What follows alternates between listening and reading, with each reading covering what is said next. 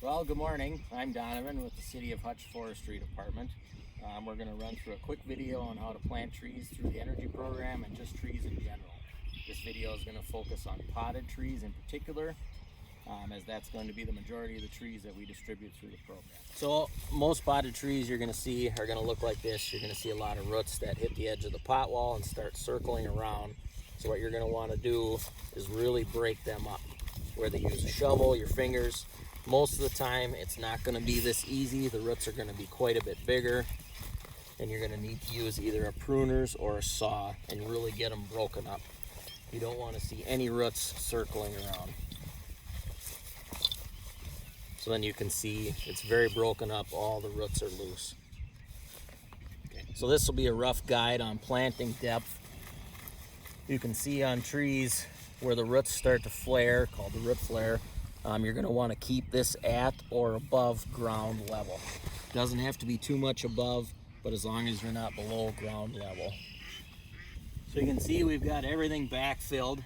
The better the dirt you can backfill with, the better the tree's going to do. You're not going to be able to completely fix this poor soil that we have in some developments in Hutchinson, but any little compost or amendments, like a 25% of the total backfill is the way to do it. You can see, given the size of the hole we dug, and then given the size of the root ball, if you can do about twice as big as the root ball with your hole, you're in good shape. You'll see different sources talk about you can go significantly wider. Sometimes that's just not feasible given the equipment you have or don't have. But this one, we've elected to go about twice as wide as the root ball and then backfill with a 50-50 compost mix. When you receive your trees, you'll get fertilizer, which we'll show you how to apply that next, and you'll get mulch, and then you'll get a cocoa ring. So once you got your backfill in and level, and you can still see your root flare, so you know it's not too deep, we'll provide some fertilizer for you, and it's usually going to be roughly a half a cup per tree, and you'll just want to spread it evenly around the tree. And once you've done this, take the cocoa ring provided and place it around the base of the tree. And what this does is keeps grass and weeds from coming up through your mulch, and you get a lot more life out of your mulch. So each tree will be provided with 2 bags of mulch, and then just dump a bag on each side of the trunk and rake it out.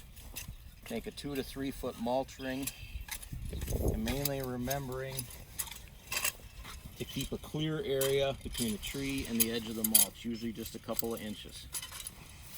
And then just tuck the edges of your mulch ring in.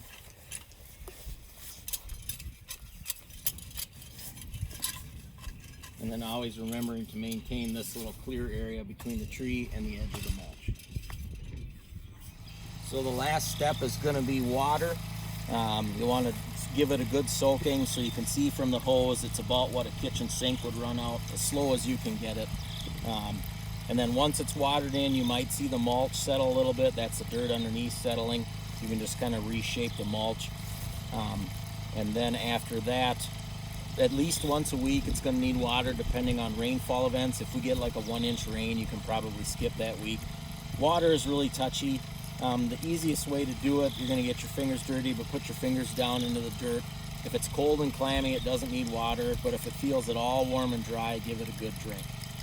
So you want to kind of keep it not quite tacky, but a little wetter, a little drier than that. But the easiest way, if you want to do a set amount, just make sure it gets hit once a week so it's completely drenched.